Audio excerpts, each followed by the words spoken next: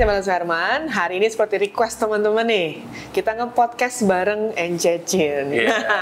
Buat teman-teman yang penasaran pembahasan kita hari ini, disimak terus sampai habis. Nah, sekarang sudah tiba Koko Ence. Jadi ini kemarin ada request dari Ayu Wida ya. Yeah. Ini ada di videoku yang judulnya cara mengenali potensi diri dalam dunia fotografi. Kebetulan Koko Ence di sini ada komen nih ya. Sejak gear dan pengetahuan menjadi terjangkau, memang fotografi tidak lagi sama seperti dulu. Istilah fotografi sudah demokratisasi. Yeah. Ilmu fotografi bukan hanya dimiliki oleh kaum tertentu saja. Semua orang berpotensi jadi fotografer. Tapi untuk menjadi fotografer handal, seperti Cimarta tentu tidak mudah, alias perlu banyak keterampilan baik teknis maupun non teknis. Nah di sini Ayu ada komentar, Ko Ence ngevlog bareng dong bareng Cimarta, berbagi perspektif tentang fotografi era dulu dan sekarang. Yeah. Nah kita akan bahas ini sama Ko Ence pastinya. Oke. Nah, Ko Ence nih, kita mau ngobrol pembahasan seperti Ayu tadi. Jadi dulu sebenarnya fotografi gimana sih awalnya? Kita sama-sama bercerita tentang masa lalu kali ya, dari dulu sampai sekarang kan pertanyaan. Iya. Iya, sebelumnya thank you banget nih udah undang di tempat yang keren ini. Yang belum subscribe, udah pada pasti pernah subscribe dong ya, yang belum subscribe di sini. Iya. Ternyata ditanggapin ini dengan cukup serius kita bikin untuk audiens kita lah ya. Yes. Nah, jadi ceritanya seru karena kita tuh bisa dibilang hampir satu generasi kan. Betul. Jadi kita seumuran, beda 2 hari. Tapi yang uniknya perspektifnya mungkin sangat berbeda karena kan Cimarta kan ke komersial, tapi kalau saya kan lebih ke edukasi dan media, review dan sebagainya. Jadi itu akan memperkaya, makanya kalau kita ngobrol tentang ini. Jadi kita mulai mungkin dari ngobrol santainya dari sebelum kita kenal fotografi, dari mungkin 1990-an. Pertama kali kenalnya kapan? Iya. Kita kan lahirnya bareng ya. Betul. Kenalnya kapan? Kalau saya sih kalau dulu memang nggak kebayang banget lah untuk ke fotografi itu. Tapi dari kecil saya suka gambar, tapi gambarnya gambar sketsa, gambar cepat aja gitu kan, drawing lah misalnya, bukan painting. Kalau painting makan waktunya lama gitu loh, kayaknya detail banget. Jadi sukanya itu dari kecil. Kemudian lulus SMA, ya kemudian kita cari-cari kerjaan. Waktu itu Krismon tuh pas banget kita punya generasi itu masalah Krismon. Dan tadinya saya pikir kalau dengan skill atau kesukaan minat ke gambar-gambar, berarti kan pilihannya antara arsitek ataupun desain. Kemudian kayaknya arsitek waktu itu kan katanya kan hancur lebur kan, kayak properti segala macam. Iya, betul. Pilihannya sama sih. Dulu juga gue kuliah pilihannya either DKV atau arsitek. Gitu juga. Cuma dulu memang kayak arsitek ya sama isunya waktu itu kayak udah nggak bangun-bangun gimana. Iya, takutnya setelah lulus nanti kesulitan. Iya, tapi DKV di masa itu lu masih ngerasain nggak sih kayak makhluk apa tuh DKV? Kayak gue jelasin ke bokap kayak apaan ya DKV, kayak orang masih belum tahu apa itu DKV, kebayangnya kayak lu mau jadi seniman kayak gitu kan. Betul. Jadi dulu itu namanya bukan DKV tapi graphic design. Ya, grafik desain. Di gua namanya udah DKV, desain komunikasi visual. Iya, maksudnya sebelum itu memang waktu kita masuk udah namanya DKV. Iya, udah berubah ke DKV. Tetangga kita desain interior. Desain interior, desain produk ya biasanya ada. Termasuk ke seni rupa. Jadi waktu itu masuk ke situ, ternyata di situ ada mata kuliah wajib yang harus diikuti, yaitu fotografi itu selama 1,5 semester. Dari situ kenalnya. Gitu. Kalau gua dulu sebenarnya SMA udah pernah ngelihat teman-teman di sekolah lah udah pada mulai ada kayak hobi fotografi, tapi nggak berani menyentuh itu karena kayak mahal ya gitu. Tapi cuma menikmati karya mereka kayak ternyata ada komunitas ini. Terus sama di gereja. Di gereja tuh kan banyak yang ada komunitas yang suka foto. Mereka biasa karya tuh di print dijadi pembatas Alkitab. Jadi mereka print kasih ayat terus habis itu jadi pembatas buku, pembatas Alkitab gitu. Nah itu yang gue udah mulai kayak lucu ya gitu. Tapi zaman dulu kan ya kalau Alkitab mostly kebanyakan kayak sunrise, sunset, Terus yang lebih kayak daun-daun, embun, biasanya kan ya karena ayat Alkitab ya gitu, relate ke situ biasanya. Atau kayak lilin lah apa, jadi lebih ke arah sana. Cuma mereka kasih banyak copy ayat-ayat itu. Nah baru mulai nyentuhnya kuliah. Karena dipaksa. Ya sama. Gue juga terpaksa juga harus ikut teknik kamar gelap ya. Teknik kamar gelap itu padahal gelap banget ya, susah banget. Tapi ya harus dijalanin. Dan waktu itu kamera film kan, kita masih kamera film. Jadi memang kita belajar. Gue seneng soal teknis, makanya sekarang jadi banyak review ya. Kayak saya seneng mekaniknya. Cuman yang nggak disenengin juga ya itu masalahnya filmnya kan butuh proses, butuh biaya yang lebih tinggi. Iya, zaman kuliah lu berasa nggak sih gue buat kayak uang jajan di spare dikit buat beli film sama nyetak film? Iya, itu yang itu kayak aduh boncos nih, celengan bocor terus. Iya, terus habis itu Cimarta ini kenal digitalnya itu atau gimana setelah itu? Apakah terusin desain dulu atau di karirnya atau enggak sih, waktu itu lulus kuliah jadi graphic designer, lebih banyak ke desain. Jadi kerja in-house freelance dulu, freelance beberapa company. Terus habis itu in-house di satu perusahaan gitu. Sempet nyasar ke marketing. Kayak digital itu baru mulai di tahun 2007 kali ya. Sebenarnya di sebelumnya udah mulai, karena kan kerja di kantor. Kebetulan lagi tuh kantornya ya ada kamera-kamera digital. DSLR-nya udah mulai ada nih digital kamera. Jadi belum berani invest buat sendiri, tapi pakai inventaris kantor karena di kantornya ada, ya udah pakai itu. Terus udah mulai nyoba sampai akhirnya kayak kayaknya digital udah settle nih, kayaknya udah mulai oke. Karena tahun 2000 itu kan eranya kita masih antara transisi banget kan, masih pembahasan kayak digital yakin nih gitu, bagus gitu, karena kayak pixelnya masih kecil, noise-nya masih berantakan, jadi kayak buat invest langsung convert ke sana tuh masih ragu-ragu banget. Betul. Gitu. Jadi kebetulan gue kerja di company orang, ya udah nyobain lah kamera-kamera mereka, ya sampai akhirnya dia kayak udah oke nih. Baru 2007 beli digital sendiri tuh, kamera digital. Baru dari situ mulai lanjut terus. Kurang lebih timelinenya sama sih. Gua juga nggak habis belajar di kuliah, nggak pernah nyentuh lagi tuh. Paling keluarga iseng-iseng gitu ya. Pakai kamera pertama saya masih ada dulu sampai sekarang. Nah, kemudian tapi nggak pernah disentuh. Tapi tahun 2007 kayaknya kamera digital sudah banyak pilihannya dan megapikselnya udah cukup. Terus kemudian juga itu, jadi waktu itu gue kuliah lagi di Amerika, tapi urusan manajemen, soalnya gue pikir kalau jadi desain doang gitu capek. Kayaknya perlu tahu ilmu cari duitnya deh kayaknya. Perlu ada cari cuan-cuannya dikit. Jadi belajar manajemen di Amerika, tapi kan culture mereka, pemandangan di sana berbeda. Terus kemudian ya kalau kebetulan di kantor kampus itu yang koran kampus, majalah kampus itu kan kita bisa pinjem tuh kamera digital. Terus coba 6 megapiksel foto-foto, wah ini murah, dan kalau misalnya kita salah, kita bisa ini. Jadi gua waktu itu baru tulis info fotografi. Tapi waktu itu gue mulai melihat orang-orang yang fotografer yang senior di sana kan, gue sempat magang juga di itu.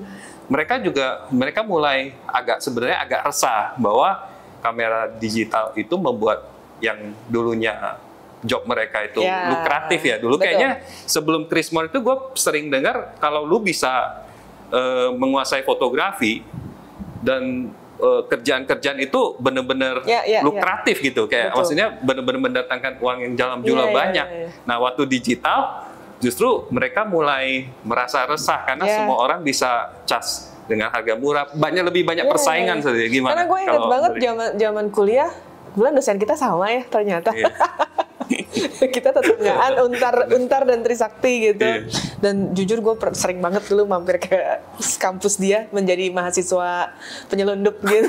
Masuk ke kamar. Karena waktu itu gue inget banget Untar itu baru invest studio dan bagus banget. Iya, gede. Most of them brown color. Makanya kayak brown color yang gue pakai sekarang kayak itu udah obsesi gue dari dulu gitu kayaknya. Jadi dulu ngelihat dosen gua motret itu ketika dia buka tasnya tuh, wah itu kayak bling bling bling gitu ya, kayak keren banget gitu. Ini lensa segitu banyak, walaupun gue tahu itu beratnya setengah mati gitu ya. Iya. Tapi tetap aja kayak, wow, keren ya mereka muncul dengan The Hall. Tapi gue memang nggak punya cita-cita buat jadi fotografer sih saat itu. Gue cuma tahu gue suka seni. Gue cuma taunya mungkin gue akan ranahnya di seni, tapi nggak spesifik ke fotografi gitu.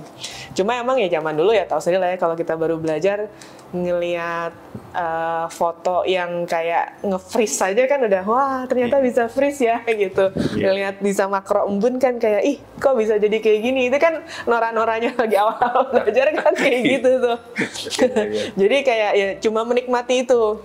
Tapi buat kekerjaan tuh kayak aduh investnya banyak banget, kayak berasa nggak sanggup secara financialnya karena kan beda kalau cuma desainer kan laptop aja paling kan, laptop paling printer atau kita bawa ke tempat print gitu. Tapi kalau fotografi tuh kayaknya banyak banget petilannya, terus belum kamar gelapnya dan chances untuk nge-capture dengan sempurna tuh nggak segampang sekarang kan gitu. Kayak aduh exposure-nya berantakan, aduh fokusnya kurang ya kayak gitu-gitu deh. Jadi resikonya tuh masih tinggi banget di saat itu kan. Iya.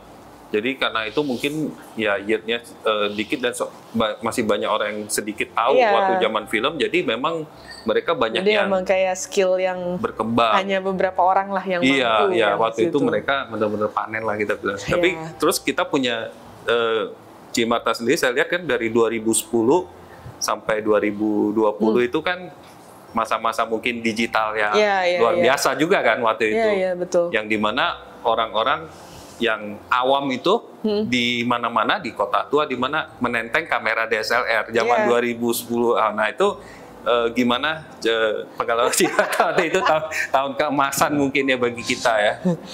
Iya 2007 sebenarnya dulu juga bingung ya pertama kali mulai fotografi kan belum ada sosmed kayak sekarang kan. Belum kita ada mainnya mungkin masih di FN. Iya, Photographer.net mainan kita. Facebook mungkin awal-awal Facebook baru masih muncul. belum terlalu setahu gue. Kayak pokoknya ingetnya gue zaman itu masih ada Friendster ya. Friendster. Tapi Friendster bukan platform buat foto gitu. Beda sama Instagram sama Facebook. Beda-beda ya. Jadi kayak mainnya di FN. Cuma anak-anak foto tuh ngumpulnya di sana dan rata-rata kita kenalannya tuh di situ tuh. Jadi di Photographer.net apa namanya? Gue lupa yang foto pilihan tiap hari. Iya, ada. Apa ya namanya gue lupa. Pokoknya Picture ada of lah. the day atau Iya, kita mesti nungguin tuh hari ini yang tayang siapa nih the bestnya gitu. Jadi mainnya kita tuh zaman dulu di situ. Terus habis itu nungguin jam 12 itu kita masih pakai zaman apa itu Facebook? Bukan Facebook Messenger ya. Iya, Facebook Messenger ya. Pokoknya yang Messenger ya Yahoo kita Messenger atau Yahoo, Yahoo Messenger. Pokoknya kita kumpulnya di situ aja, belum ada WhatsApp. Zaman-zaman itu terus sampai gue sebenarnya bisa dibilang fotografer yang bukan fotografer ya. Gue salah pergaulan sih sebenarnya. Kalau gue mungkin saat itu gue bertemunya dengan teman-teman editor, sebenarnya mungkin saat ini gue bukan fotografer sih. Mungkin gue jadi editor gitu karena gue sangat suka Photoshop sebenarnya karena suka ngegambar. Iya. Suka ngegambar, suka Photoshop. Tapi ketika gue berteman dengan teman-teman fotografer kan kayak haram gitu ya. Kayaknya kayak fotografi tuh diedit tuh aneh gitu. Kayak gue merusak apa gitu. Kayak ada istilahnya itulah. Makanya ada video fotografer or photoshoper waktu itu ya. Itu kayaknya dari dulu selalu ada pertanyaan itu dan gue selalu dihadapkan dengan itu. One of the reason kenapa podcast gue belakangan ini juga nggak cuma sekedar fotografi tapi juga banyak kayak nyentuh teman-teman advertising. Karena gue tuh pengen ngebuka kayak banyak loh profesi-profesi di dunia kreatif yang bukan cuma fotografer dan videografer gitu dan bukan editor aja. Karena gue ngerasa mungkin banyak orang yang passionnya mungkin ke fashionnya mungkin ke editing. Kayak gue nih, kayak passion gue sebenarnya di editing, tapi ketika gue bergaul dengan anak-anak foto, skill editing gue tuh dianggap menyalahi aturan waktu itu. Jadi kayak ya udah deh, gue mengurangi di Photoshopnya, jadi gue memperbanyak di fotografi. Makanya gue bilang kalau gue mungkin nggak salah pergaulan, mungkin saat ini gue jadi editor, bukan. Tapi itu ya justru sebenarnya bagus. Bener gue sih sebenarnya bagus, itu bukan salah pergaulan. Itu pergaulan yang benar. Jadi soalnya kalau terlalu fokus ke editornya sendiri, nanti kan teknik fotografinya jadi ya beda kurang. sih. Kalau gue ngelihatnya ada ketika gue kayak sekarang ya masuk ke komersial, kan gue nggak bisa berdiri sendiri. Gue tetap akan butuh teman-teman editor yang menurut kita juga harganya mahal ya Ayah. Iya. Ayah tahu banget tuh kayak kita mau editing ini nih yang foto manipulasinya luar biasa banget. Iya. Aduh ternyata digitnya tinggi sekali gitu, dan ya itu ada profesi-profesi yang memang kita membutuhkan mereka di sana gitu. Dan dia kayak waktu itu gue mikir kayak mungkin kalau gue nggak motret ya gue mungkin fokusnya adalah sebagai digital artist atau as a editor gitu. Ya balik lagi maksudnya passionnya kan beda-beda ya gitu setiap orang. Habis itu ya berarti memang sebenarnya kompleks ya untuk membuat suatu karya yang bagus gitu ya. Dan di zaman, tapi di situ juga seperti saya bilang tadi, tahun 2020 terus meningkat, harga kamera makin murah kan berarti barrier of entry orang-orang juga bisa tuh masuk. Nah, pendapatnya gimana, perspektifnya? Maksudnya kadang-kadang banyak juga yang mengeluh kan tadinya nggak banyak, terus sekarang bermunculan saingan-saingan gitu itu. Ya pasti akan begitulah ya semuanya ketika skill itu menjadi milik semua orang. Ya pastinya ada perubahan sih gitu, karena kan kalau gue ngelihatnya kayak restoran lah ya, basically semua orang bisa masak gitu, tapi kan bisnis restoran tetap running terus gitu. Jadi sebenarnya ya ada strateginya lah gitu buat ngadepin marketnya. Nah kalau lu sendiri sebenarnya doing ini nggak sih buat komersial atau apa, atau pure di edukasi? Lebih edukasi. Sebenarnya gue pengen awal-awalnya juga pengen ke ini, cuman kayaknya karena saya nulis, sebenarnya gue belajar digital itu kan dari film, terus kemudian masuk ke digital. Dari digital itu gue melihat kompleks. Digital itu banyak menunya segala macam ya. Jadi gue tulis di info fotografi itu. Jadi di info fotografi tulis ternyata lebih banyak yang request untuk bikin workshop. Maksudnya mereka pengen belajar dari gue gitu. Jadi lama-lama schedule gue lebih fokus untuk bikin workshop per minggu, setiap minggu. Terus kemudian bikin trip, terus kemudian setelah COVID ini, karena sebelum COVID ini gua rasa yang nulis, yang pengen baca itu semakin sedikit, tapi orang suka audiovisual karena mungkin dulu awalnya lebih di buku, tulisan ya. Gua bikin gua nulis di buku, website ya atau buku? Nulis buku pertama di website dulu, di blog gitu kan. Nah kemudian ada penerbit yang minta gua untuk ditulis aja, dirangkum jadi artikelnya jadi satu bentuk buku. Nah kemudian dari satu buku itu jadi akhirnya buku kedua, ketiga jadi 7 buku. Terus banyak yang mau untuk dasar sih fotografer, orang pengen tahu gimana cara dasar fotografinya dari situ. Jadi lama-lama waktu gua karena ada demand-nya, gua ke arah sana, jadi bedanya di situ kita tuh. Kalau Cimarta kan langsung kebanyakan langsung. Jadi gue ke edukasi. Jadi waktu itu memang ramai sekali orang yang mau masuk, mau belajar lah. Kebanyakan hobi sih, tapi sebagian jadi saya perhatiin jadi juga ke profesional. Berarti kalau pertama kali mulai di blognya itu tahun? Kurang lebih tahun 2007 2009. Itu yang paling rame-ramenya waktu semua orang lagi cari kamera digital mana yang bagus gitu ya. Nah, bukunya itu? Bukunya tahun 2010-11 gitu lah kurang lebih. Jadi sudah tulis kira-kira 2 tahun kan banyak tuh artikel harus dikompilasi. Seperti itu sih.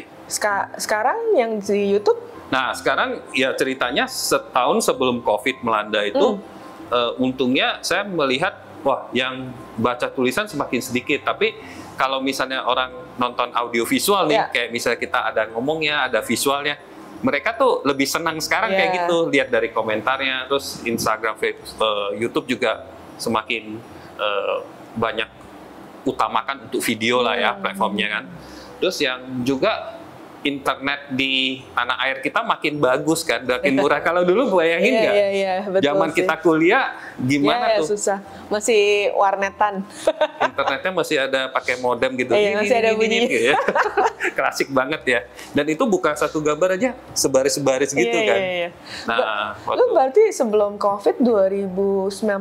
Kurang lebih 2018, 19 gue mulai bikin seriusin lah. Seriusin bikin YouTube, dan pas COVID semakin waktu COVID itu semua orang nggak bisa keluar, jadi waktu COVID itu naik kan jumlah yang nonton. Dan during COVID juga kayaknya banyak yang tiba-tiba pengen bikin vlog juga ya. Mulai kayak mencoba bikin vlog sendiri gitu, mulai sharing ini itu. Betul. Dan mungkin karena semua orang gak ada kerjaan ya udah mencari kesibukan kayaknya. Jadi mulai tapi kayaknya ada beberapa yang bertahan, ada yang enggak juga sih ya, kayak cuma nyoba-nyoba. Betul. Karena is tough business juga di sana, content creation kan perlu banyak resource dan ide segala. Kalau kita ngomong content creation nih, kita kan sebenarnya sama-sama punya channel. Tapi kan pasti beda nih ya market gua sama market lu gitu. Iya, apa sih biggest challenge di tempat lo?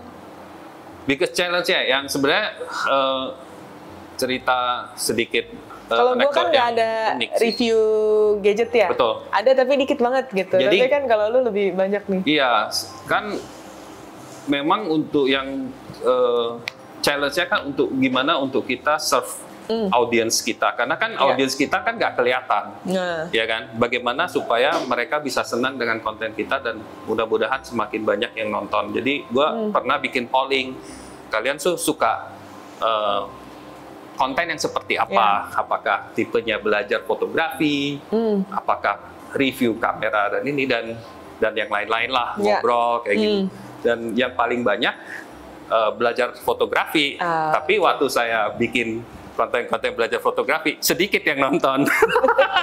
Jadi justru yang banyak nonton akhirnya gadget, review kamera. Kalau review gadget mungkin karena algoritmanya didesain untuk itu, dan orang kalau orang nggak nge-search belajar fotografi, tapi orang nge-search misalnya gue mau beli apa, budget 10 juta beli kamera apa, jadi akhirnya gitu kan.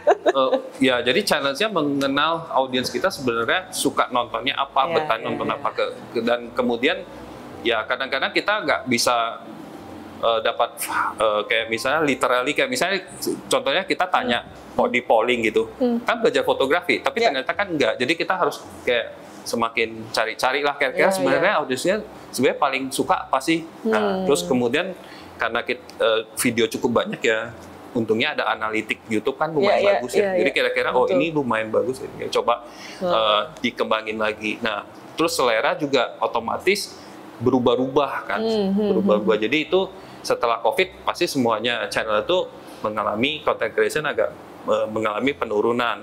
Nah, kemudian kita bisa masuk ke era pasca COVID nih mungkin ya. Jadi era pasca COVID itu saya pelajari fotografi tetap populer. Cuman kayaknya video semakin ini ya, perspektifnya saya tuh video semakin populer, dan kemudian ada tantangan untuk fotografi misalnya seperti AI dan sebagainya. Jadi kalau Cimata gimana nih? Jadi kayaknya agak sedikit pesimistic look ya. Soalnya masa emasnya kayaknya 2010 2020. Nah, gimana tuh 2020 ke atas pasca COVID? Kalau gue ngeliatnya gini sih, kenapa kayak video mulai growing segala macam, sebenarnya karena platformnya bertumbuh ya. Kalau dulu mungkin platform kita kan cuma kayak Facebook, Instagram yang formatnya kotak gitu ya. Terus tiba-tiba mulai agak vertikal, tapi still gitu, mostly algoritmanya lebih ke still. Terus ketika mulai rusuhnya kan ketika mulai ada TikTok ya, muncul TikTok, terus muncul konten dari TikTok tuh nyamber ke Reels gitu ya. Reels kemudian nyamber ke macam-macam nih. Si Facebook juga sekarang punya yang ya formatnya vertikal juga, YouTube juga sama, ada YouTube Short gitu. Jadi semua orang kayaknya menyediakan platform yang singkat ini gitu. Akhirnya kayak kita nge-shootnya juga dari foto juga formatnya jadi pindah banyak yang vertikal, dan video juga otomatis TikTok ya game changer banget kan kalau gue ngelihatnya. Jadi kayak video beda apa ya, ya pasti beda lah. Kalau gue ngelihat di foto kan kita mostly cuma pakai satu indera ya, cuma mata doang visual, gitu, mata visual aja. Tapi kan lu kalau kayak video kan yang distimulate dua gitu. Lu dari kuping juga iya, lu denger audio, dari mata juga. Jadi pasti lebih menarik. Saya kalau kayak foto kan lu ngelihat, dan lu yang punya persepsinya lebih terbatas lah, jadi lebih liar gitu. Betul. Ininya. Tapi kalau ini kan udah kayak di guide menuju ke sana gitu, ke message-nya. Betul. Fotografi zaman sekarang sih kalau gue bilang masih ada di sana, walaupun AI mungkin ada masuk, nggak bisa ditolak juga toh. Kalau buat kita sih di industri, kita cukup happy sih sebenarnya secara tidak langsung, to be honest. Bukan passion. Bagus dong berarti. Bukan yang nggak happy dalam sisi ini ya. Kita kalau bikin treatment, bikin deck buat brief ke klien tuh kita sudah menggunakan